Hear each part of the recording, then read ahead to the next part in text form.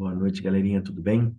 Aqui é o professor Tiaguinho. Que Deus nos abençoe mais uma semaninha.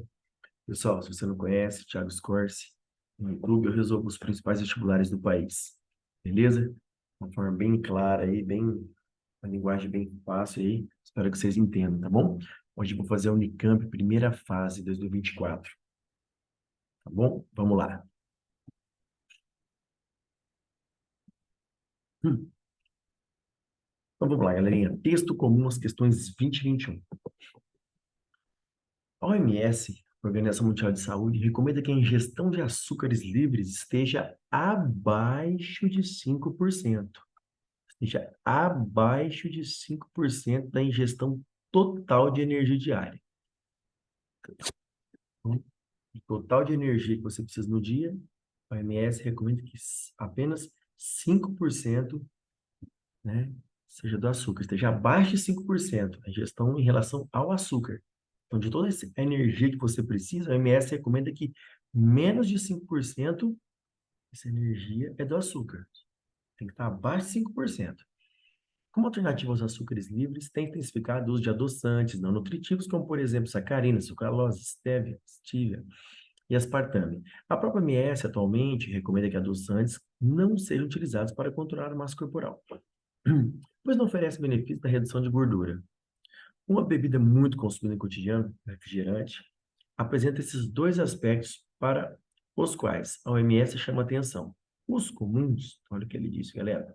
Os refrigerantes comuns têm 11 gramas de açúcar para cada 100 ml. E os diets contêm adoçantes não nutritivos. O gráfico a seguir representa o consumo médio de refrigerante por habitante por ano. Lembrando que um ano tem 365 dias. No período de 2010 a 2021, 10, 11, 12 até 2021. Então, ele deu a quantidade em litros que um habitante toma de refrigerante por ano. Então, por exemplo, em 2010, cada habitante tomava, em média, 90 litros de refrigerante. Beleza? Bom, dados. Ingestão total de energia diária para adultos. 8.400 quilojoules. Recomendação da MS. Energia por grama de açúcar. 16,5. De acordo com as informações do gráfico do texto, pode-se afirmar que a média de consumo, a média de consumo, média de consumo diário de açúcar por habitante para cada ano, devido somente à ingestão de refrigerante. Aí ele vai falar as alternativas. Devido somente à ingestão de refrigerante, foi sempre superior à recomendada, então no decorrer dos anos, a quantidade ingerida aí pelos habitantes, né, foi maior, sempre maior que a OMS, foi inferior. Então vamos entender, galera. Primeiro, eu vou pegar dois padrões aí, né, o maior e o menor. Então, ó, em 2010, a gente teve maior consumo, 90 litros. Então vamos fazer continhas, uma questãozinha de bastante interpretação, galera. Ó.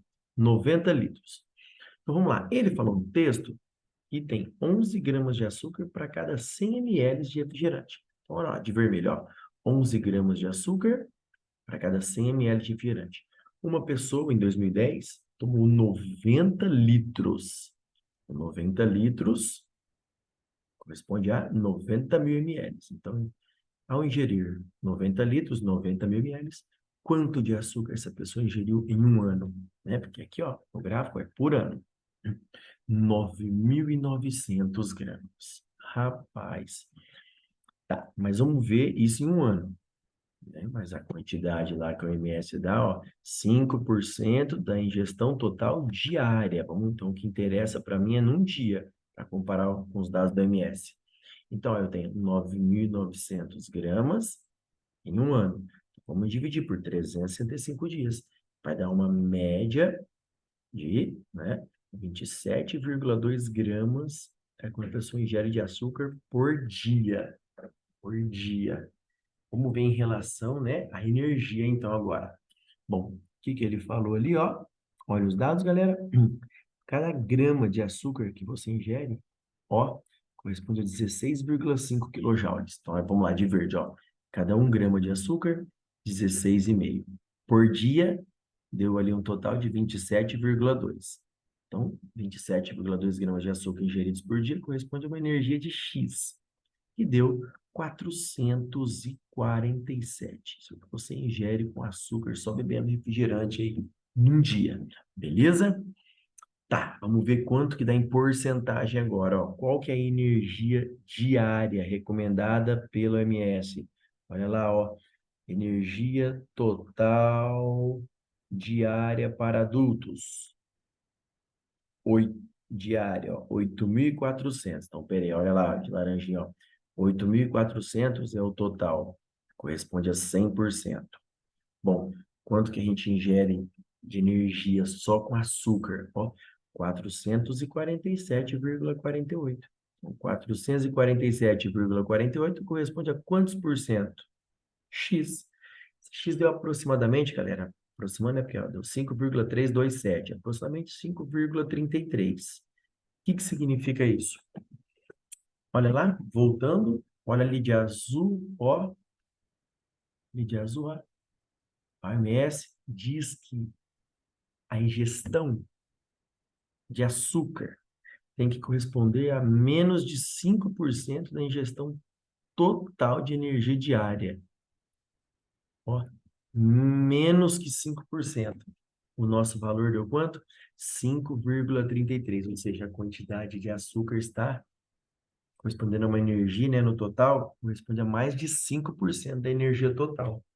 Então, lá em 2010, a quantidade de açúcar ingerida foi superior. Tudo bem, galera? Tranquilo? Então, vamos lá. Foi superior. Agora, foi sempre superior? Ó, então, vamos ver. Sempre. Vamos ver. Vamos pegar o menor dado aqui, ó. Vou pegar o ano de... Aqui, ó. Pegar o ano que foi menor aqui, galera, mas um número exato. Ó. Vou pegar esse 2020. Vou pegar 2019, ó.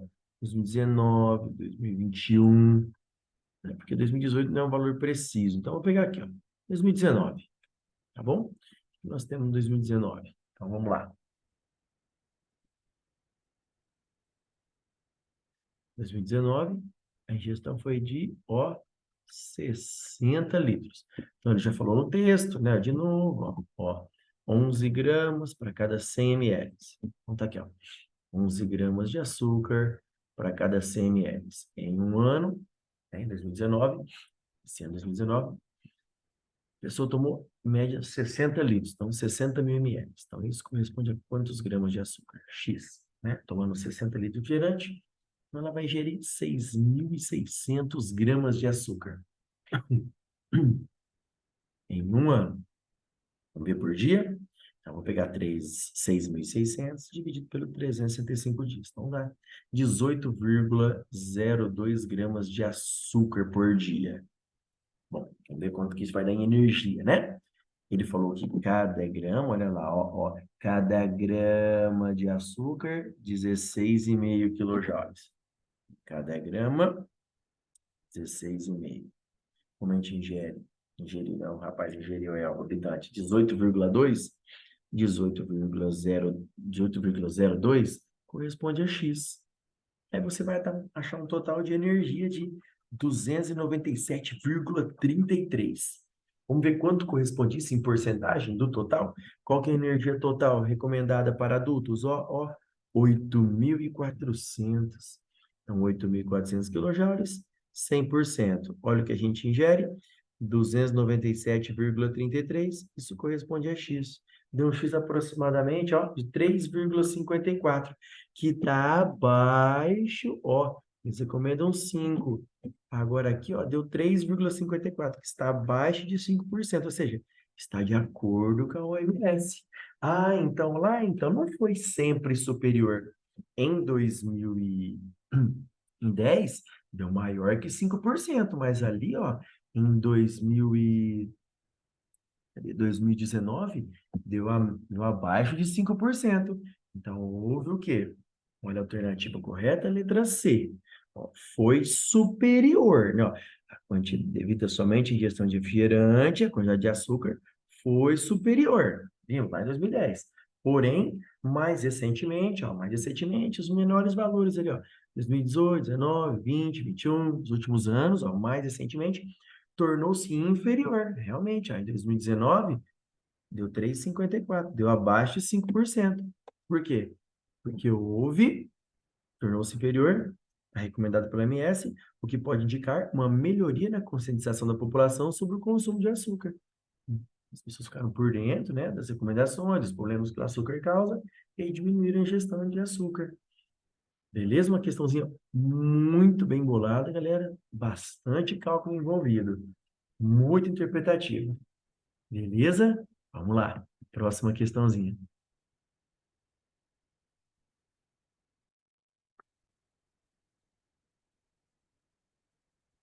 Questão 21. A resposta glicêmica é a curva da concentração de glicose em função do tempo no sangue. É utilizada como uma forma de classificar os alimentos com base em seu potencial de elevar a glicose no sangue. Pesquisadores da Universidade de Johns Hopkins, nos Estados Unidos, testaram os efeitos de 4 adoçantes na resposta glicêmica de indivíduos saudáveis. Cada grupo foi exposto a uma condição, conforme figura ao lado.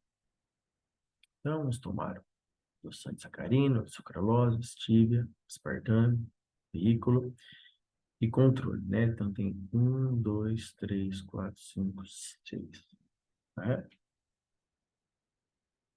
Bom, o vermelhinho é o que me interessa, né? Ó, que é o adoçante, as bolinhas vermelhinhas. Bom, com base nas informações da figura e do texto 1, pode-se concluir que a preocupação do OMS quanto ao uso de adoçantes não nutritivos, vamos ver, galera, ó, preste atenção. O que tem que acontecer com a... Se você observar aqui, ó,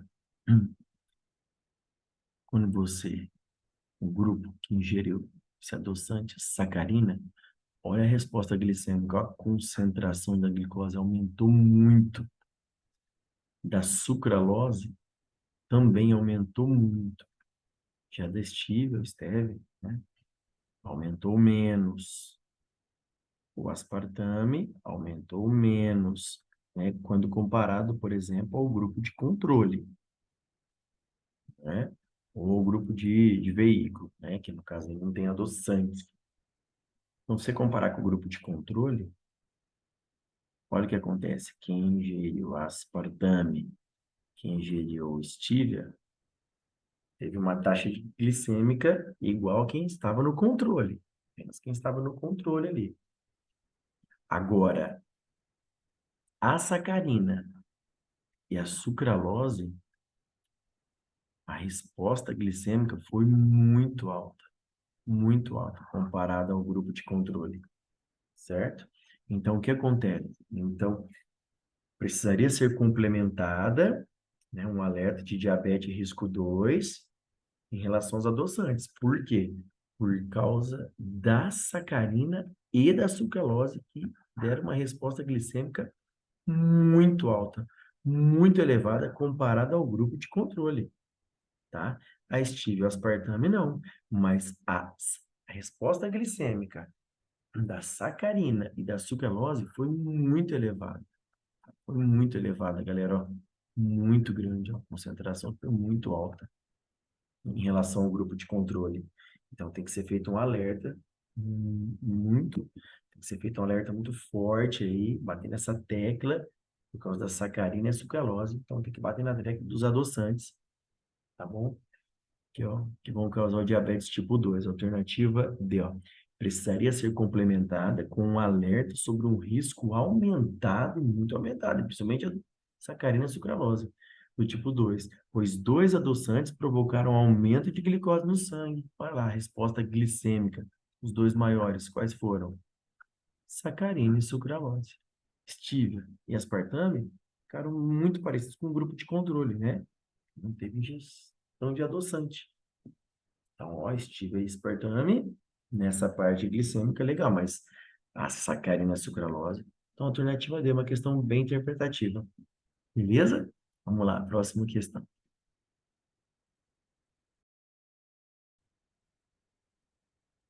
Questão 22. O refrigerante comum é uma formulação de vários ingredientes. Então, tem açúcar, 11 gramas para cada 100 ml de refrigerante, água, 88 gramas para cada 100 ml de refrigerante. São os dois principais componentes, são os componentes majoritários, açúcar e água. Além de, que mais que possui refrigerante? Acidulantes, antioxidantes, conservantes, adoçantes e CO2. Componentes em pequenas quantidades. O acidulante tem como, né? Acidular, né? Acidulante. Deixar mais ácido, né? O acidulante tem como finalidade regular a doçura do açúcar, realçar o paladar e reduzir o pH, que deve estar entre 2,7 e 3,5. Assim, para se usar uma pequena massa de acidulante, ó, que proporcione a redução do pH para o valor desejado, a massa molar do acidulante deve ser... Então, peraí, galera. O número de mols, né? Vocês estão vendo aí, é a massinha pela massa molar. Então, pera um pouquinho. Ele falou que vai para ser usado uma pequena massa de acidulante. Então, uma massa muito pequenininha. E com essa massa pequenininha, eu consigo obter uma quantidade grande em mols desse acidulante, porque ele reduz o pH entre até 2,7 e 3,5. E o pH do refrigerante, como tem ácido carbônico, né? Eles colocam CO2. O CO2 reage com a água, forma ácido carbônico. Então, só com o gás carbônico, o pH seria em torno de 6.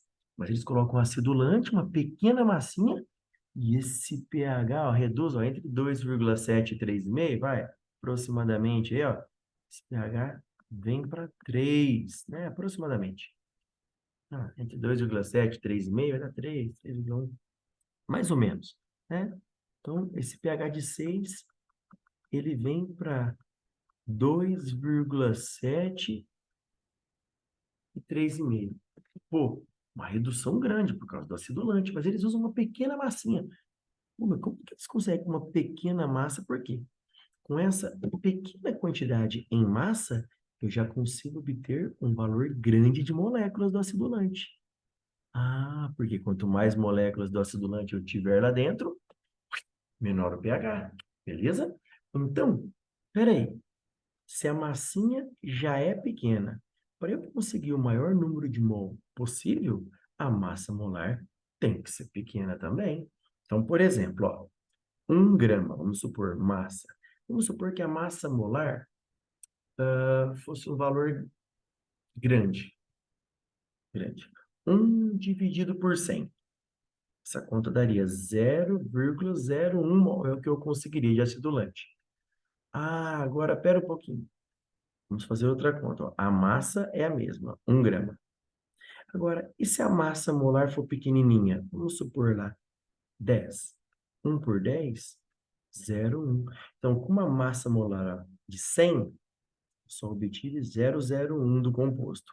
Se a massa molar diminuir para 10, eu consigo 0,1 mol. Então, você vê que o número de mol aumentou. Agora, olha aqui, ó, a massinha por massa molar. Ó, a massa continua 1, pequena quantidade. Se a massa molar ó, era 100, caiu para 10, agora cai para 1. Se a massa molar é 1 grama por mol, para que você divide 1 por 1, ó, eu consigo mais mol. Então, à medida que a massa molar vai diminuindo, a quantidade em mol que eu consigo formar do composto, do acidulante, vai aumentando. Então, a massa molar tem que ser pequena para o número de mol ser, conseguir um número de mol elevado. Tudo bem? Então, a massa molar deve ser pequena. Eu tiro, ó, letra C e D. Beleza? E o pK? Galera, a gente fica meio, né, boiando. Ó, olha a observação. Como você calcula o pH? Menos log de H+. E o pKa?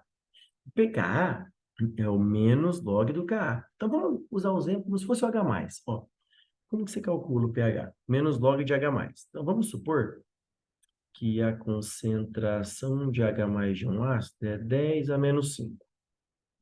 Então, se você calcular o pH, menos log de 10 a menos 5 vai ficar assim, ó.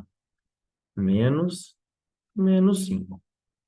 Então, é só olhar o expoente, né? Aqui, diretão. pH 5. Então, se a concentração de H+ de um ácido é 10 ou menos 5, pH 5. Ó, vamos aumentar a concentração de H+? É o que o acidulante faz. Vamos supor que a concentração do H+ caia para 10 a menos 3. Então, o pH vai cair para 3. Ah, então, à medida que a concentração de H+ aumenta, à medida que a concentração de H+ aumenta, o pH de 5 foi para 3, o pH diminui. Mesmo raciocínio para o pKa. Para conseguir diminuir o acidulante, ó, se o pH diminui, a concentração de H+ aumenta, não é? Então, à medida que a constante de ionização de um ácido aumenta, o seu pKa diminui. Então, o pKa é que faz o raciocínio, a analogia com o pH. O pKa do acidulante deve estar abaixo da faixa de pH do refrigerante, porque o refrigerante está no pH 6. Esse pKa tem que estar abaixo de 6 para acidular e chegar no valor que ele quer, de 2,7 e 3,5.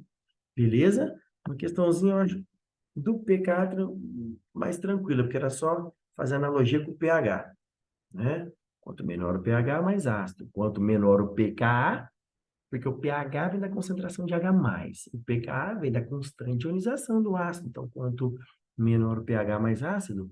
Quanto menor o pKa, mais ácido também. É só fazer analogia. Agora, difícil essa parte da massa molar, achei bem complexa. Beleza? Espero que vocês tenham entendido, galera. Uma questãozinha complexa aí. Espero que vocês tenham conseguido entender, beleza? Vamos lá.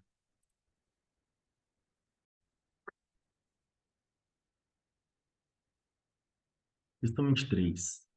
O mau gerenciamento da produção das baterias automotivas, chumbo ácido, e de sua reciclagem após uso, pode ocasionar contaminação do meio ambiente de pessoas.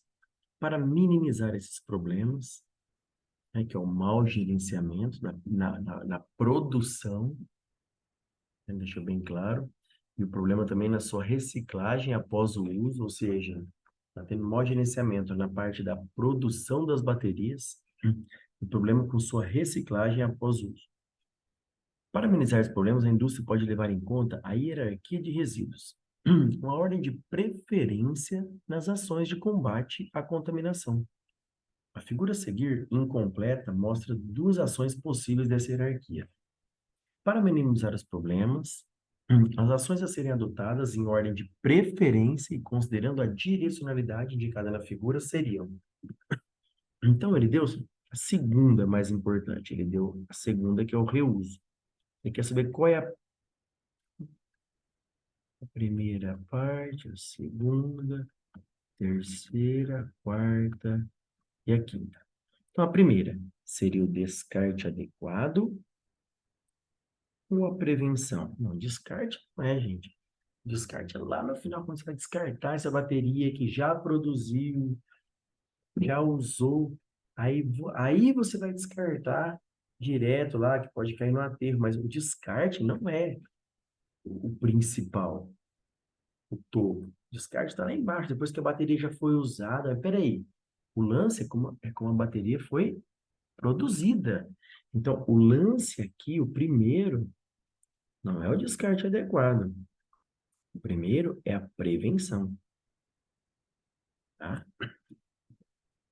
O primeiro é a prevenção, galera, que é o mais importante, olha lá. O que seria a prevenção? Na hora de você prevenir, gerar poucos resíduos, fazer essa bateria na hora da produção dela, né? A prevenção. O que é isso?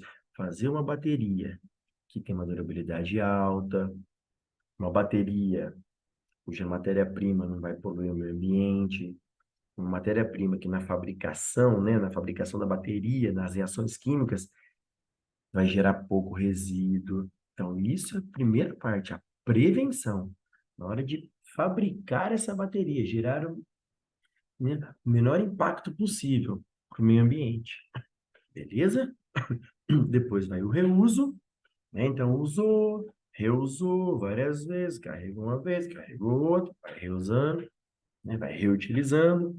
Depois que não dá mais, Aí a gente, ó, terceira, aí não dá para reutilizar mais, aí a gente manda para a reciclagem. Que é isso? A gente vai reciclar, né? Para quê? Para reaproveitar materiais descartados. Então, esses materiais que foram descartados, essa bateria que foi descartada, né? Vamos pensar assim, descarte é útil, né? Mas vamos pensar assim, né? O que seria reciclagem? Reciclar essa bateria para ela passar por processos químicos e muitos materiais ali, componentes que estão ali, serem o quê?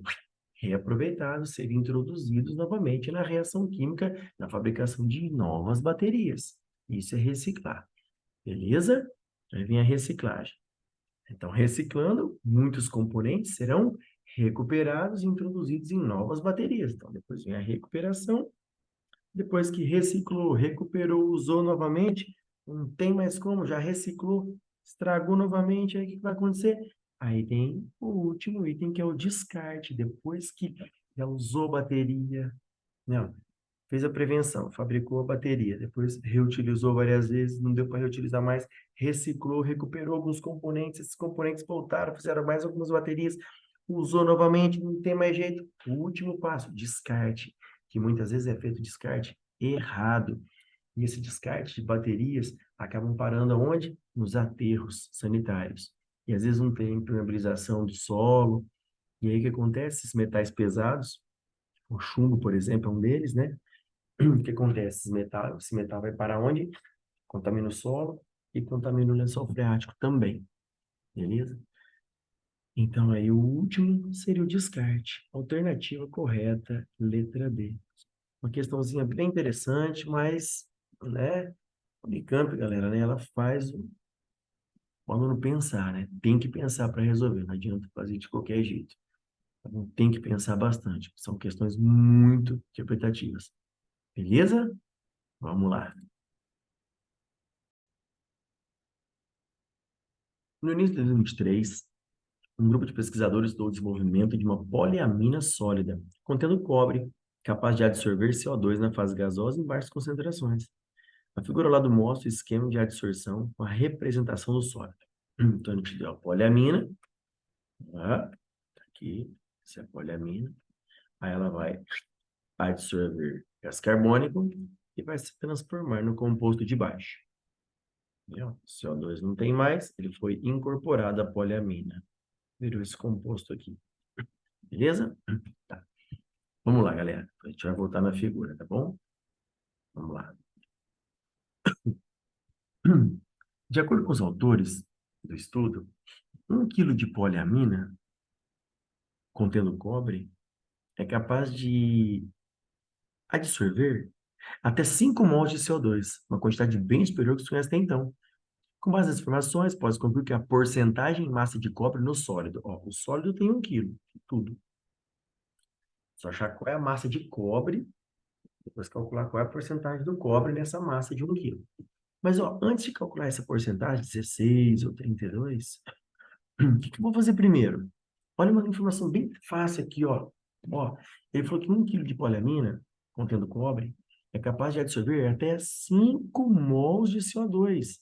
E olha a pergunta, depois da porcentagem, ó. 1 quilo do sólido absorve quantos gramas de gás carbônico? Ó, 1 quilo, 1 quilo, 1 quilo. E as informações que ele me deu já é de 1 quilo. Então, pera um pouquinho, ele falou que cada quilo de poliamina, certo? Consegue absorver 5 mols de CO2. Então, peraí, era só transformar 1 quilo. Ó, a pergunta é 1 quilo do sólido. 1 quilo do sólido consegue absorver quanto? 5 mols de CO2. Era só transformar esses 5 mols em grama. Então, peraí. Ó, você consultar a tabela periódica, o carbono vale 12.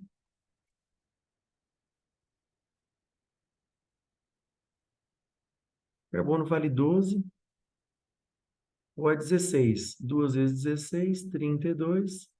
A massa molar, 44 gramas por mol. Então, 1 mol de gás carbônico, 44 gramas. Quando tem a capacidade, vai absorver 5 mols, ó, 5 mols, X, 220 gramas. Essa vai ser a massa absorvida. Então, ó, de cara, galera, já eliminaria letra A, Ele fala que é 110 gramas de CO2. Não, 220 de cara. Cara, ó, só transformar o molzinho em grama. Agora, entre a C e a D, aí vem o cálculo mais complexo. Né? Unicamp, né, galera?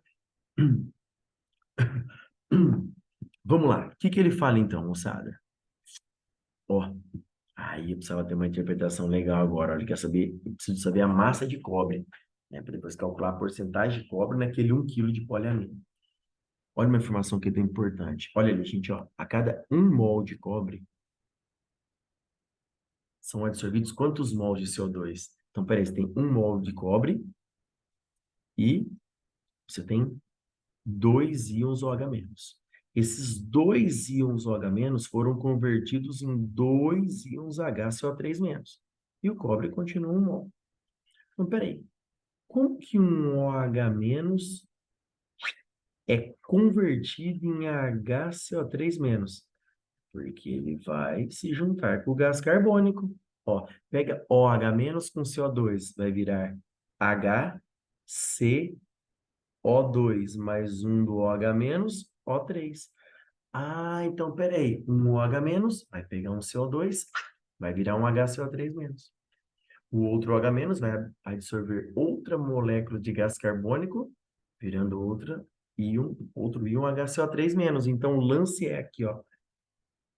Cada mol de cobre consegue absorver 2 mols de CO2. Esse era o segredinho que você ia enxergar, né? Olhando essa equação zona aí. É, o OH- virou HCO3 por quê?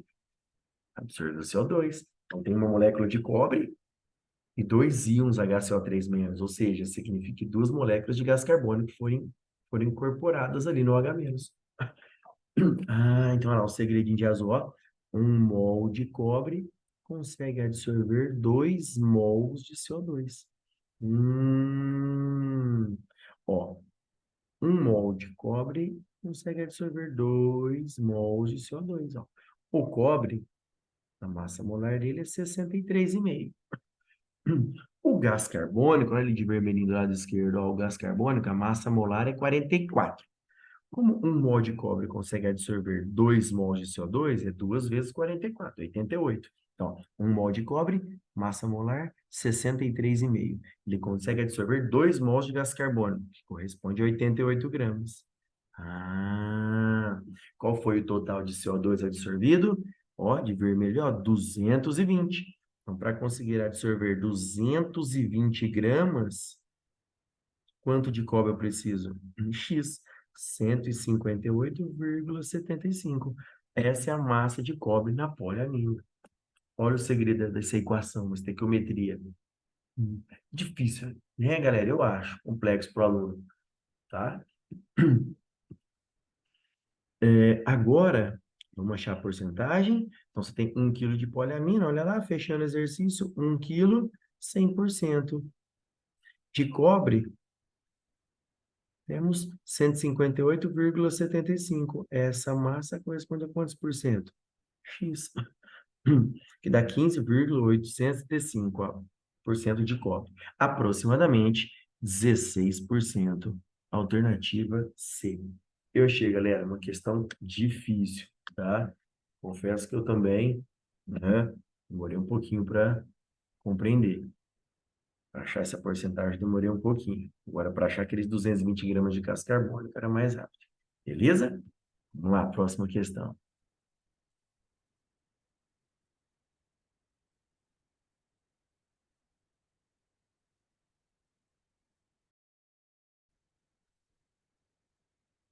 Questão 25. Algumas baterias transformam certas substâncias em outras, gerando energia elétrica. Isso permite, por exemplo, o funcionamento de equipamentos, tendo como base essa energia. Os carros elétricos não precisam dessa energia, senão não tem carro para andar. Ou então, auxilia o funcionamento de equipamentos, carros de combustão. Então, no carro de combustão, a bateria não é o principal componente, ela vai fazer apenas, né, o funcionamento de alguns equipamentos. Ela auxilia. É por isso que os carros elétricos precisam se abastecer de energia elétrica de tempos em tempos. E os de combustão não, já que a bateria desses últimos é carregada durante seu funcionamento. Então ele quis dizer, galera, que o carro elétrico você precisa, né, dessa bateria aí, ó, energia elétrica, né? O carro é elétrico, então eu preciso dessa bateria. Preciso carregar ela de tempos em tempos. Agora, no motor a combustão, que a gente tem muito aqui, né, no nosso país, a grande maioria, com certeza, ainda é carro a combustão, a bateria, ó, nos carros de combustão, ela é carregada durante seu funcionamento. Por isso que ela dura bastante. Né? Dura em torno de uns 3 anos a bateria é boa aí. Por quê?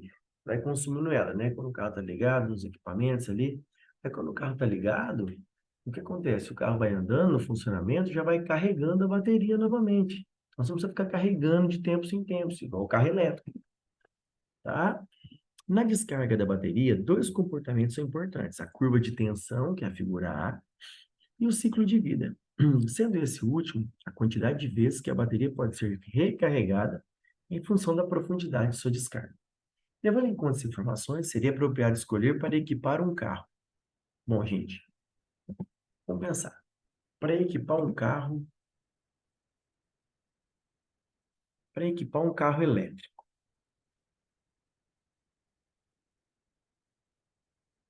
eu preciso. Olha o que ele falou.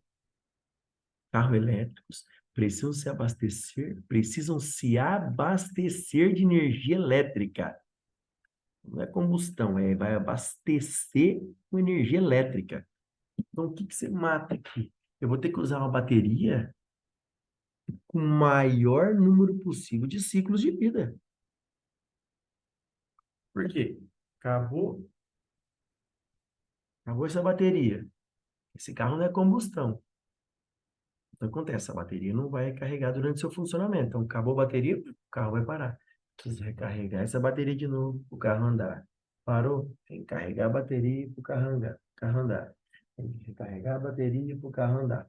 E assim vai. Eu vou ter que recarregar a bateria muitas vezes. Então, quanto maior o número de ciclos, né, que essa bateria tiver para um carro elétrico, melhor.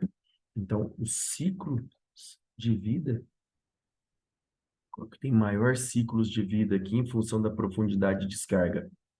É a curva 1. Se a profundidade de descarga, por exemplo, for 10%, ó, curva 1, curva 2. Qualquer ponto que você pegar, né, de profundidade de descarga aqui, ó, a curva 1 tem maior número de ciclos do que a curva 2. Ah, então a curva 1, com certeza, é um carro elétrico. E o que acontece? O carro elétrico, na figura A, da tensão da bateria. Então, o que que é importante num carro elétrico? Quando essa bateria, né, está descarregando, a tensão dela tem que ser constante, né? Porque senão não vai ter jeito. Olha lá, ó. Então, por exemplo, profundidade de descarga, ó. Pega, olha a curva X. À medida que a tensão da bateria, né, ó, à medida que a profundidade de descarga, ó, a bateria vai descarregando, olha o que acontece, ó, a tensão da curva X permanece constante. Isso é importantíssimo, né? Manter a tensão constante, porque o carro é elétrico, então precisa ter uma tensão constante para o funcionamento. Beleza? Então, era isso, você matava a questãozinha, tá? O lance mais fácil para você enxergar, o carro elétrico. Eu preciso carregar essa bateria toda vez, né? As bicicletas elétricas não tem que ficar carregando. Então, eu preciso do maior número possível de ciclos de vida. Curva 1. E a tensão, né, que é a figura A, durante a descarga da bateria, ela não pode ter, né? A tensão não pode cair muito bruscamente, senão. Agora, no carro de combustão, essa tensão pode cair, ó. Que é a curva Y, o carro de combustão. Por quê? Porque o funcionamento do automóvel carrega novamente. Tudo bem? Então, a tensão da bateria aqui, ó, no carro elétrico, só depende exclusivamente da eletricidade. Então, quando ela vai descarregando, a tensão tem que ser constante para um bom funcionamento do automóvel. Beleza? Então, a curva X para um carro elétrico e curva 1. Alternativa B para um carro elétrico, uma bateria com as características da curva X, tensão constante durante a descarga, e curva 1, maior número de ciclos para recarregar várias vezes. Para o carro de combustão interna, qualquer combinação serviria. Beleza? Porque não depende ali, porque quando o carro a combustão, quando ele estiver funcionando, ele já vai recarregar a bateria, então não precisa ter uma tensão constante e um número de ciclos elevados. Beleza? Vamos lá, galerinha, espero que vocês tenham entendido. Vamos lá.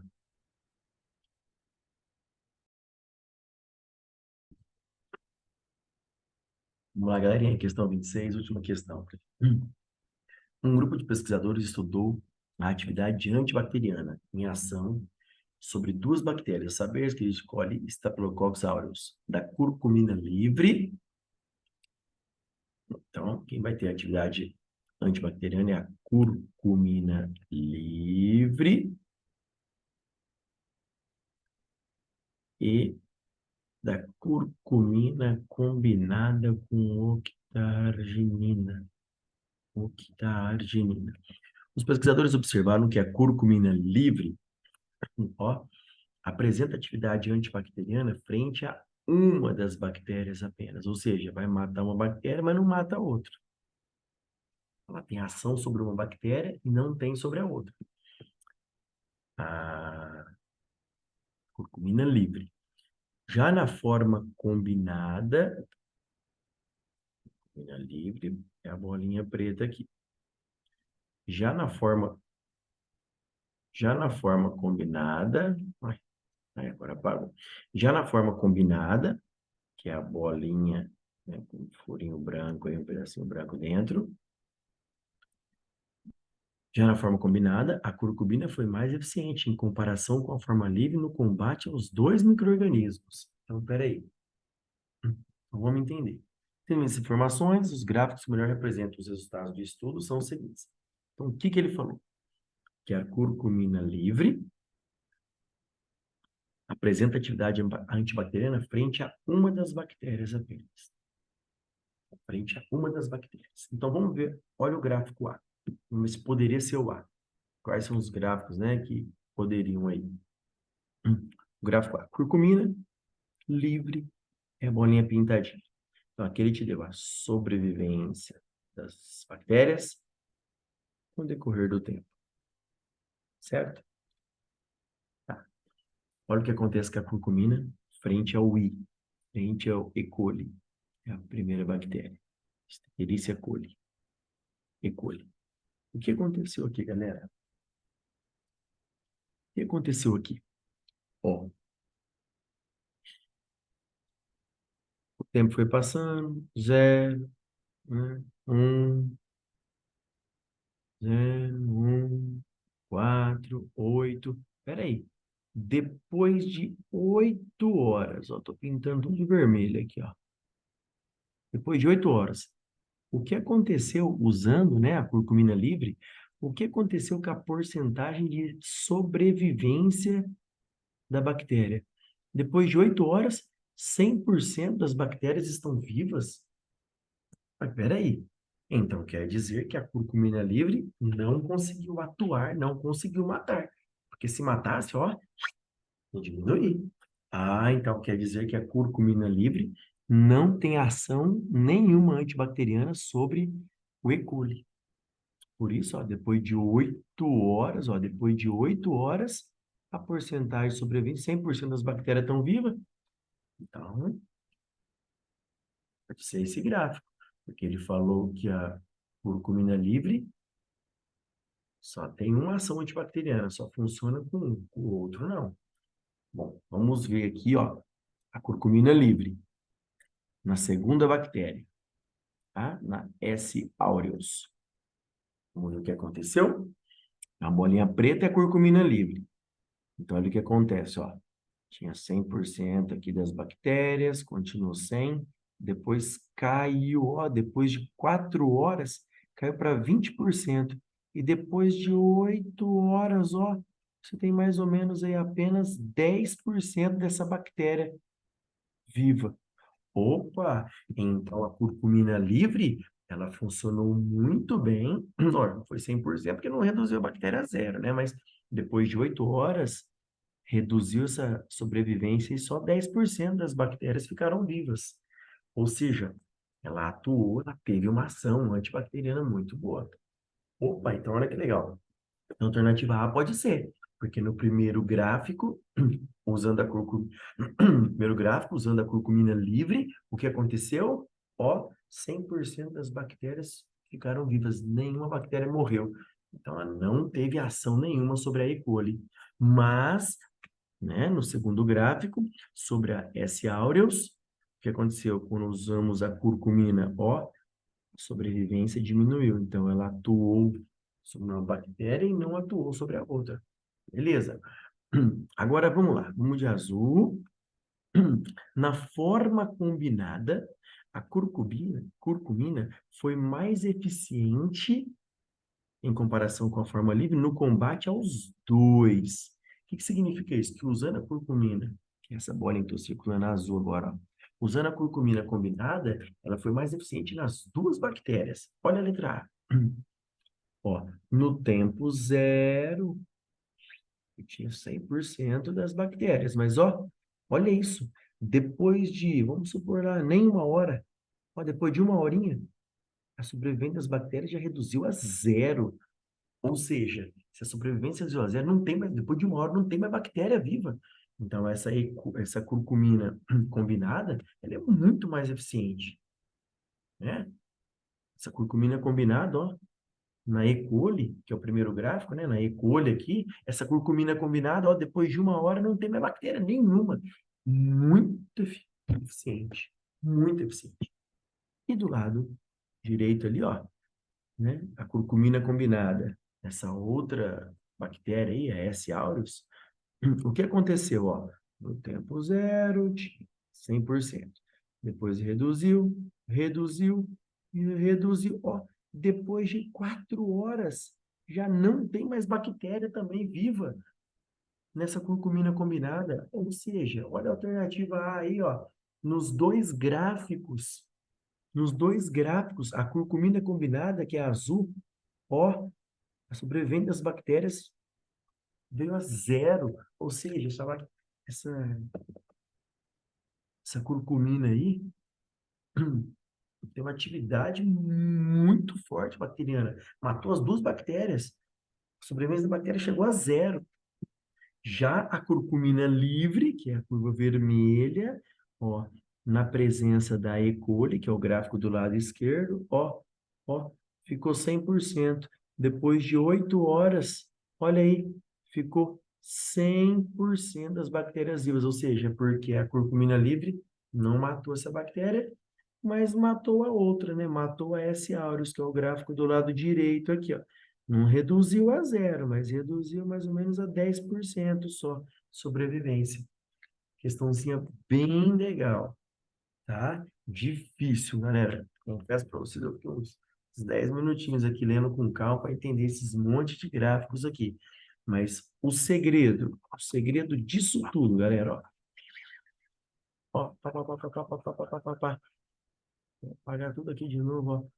O segredo era visualizar o seguinte, que a curcumina livre, que eu vou pintar de novo de vermelho, ela tem ação só sobre uma bactéria. Então, quando for usada em qualquer uma das bactérias, né, a gente não saberia qual, não ia matar bactéria nenhuma, então a porcentagem de sobrevivência da bactéria tinha que ser 100%. Então, poderia ser alternativa A, alternativa B, que são as bolinhas, né, ó, as bolinhas pintadas. Ó, as bolinhas pintadas. Opa, bolinha pintada aqui, ó, reduziu a zero. E não. Até poderia matar toda essa bactéria, mas no outro lado, ó, diminuiu também, então ela foi eficiente nas duas? Aí não, já estaria fora. Eu sei. Beleza? E a letra D também. Bom, entendeu, galera? Então é isso aí, uma questão bem difícil. Então era entender que, usando a curcumina livre, ela não vai ter eficiência sobre a alternativa, ela não tem eficiência sobre a E. coli. Então a bactéria continua com 100% viva, não diminui nada. Vamos lá, continua 100%. Tá? Já a curcumina combinada, ótima eficiência nas duas. Então, ó, olha a porcentagem de sobrevivência, ó, nas bolinhas azuis. 0 e 0. Beleza? Questãozinha muito difícil, eu achei, para interpretar esse gráfico. Espero que vocês tenham gostado. Até a próxima, galerinha, se Deus quiser.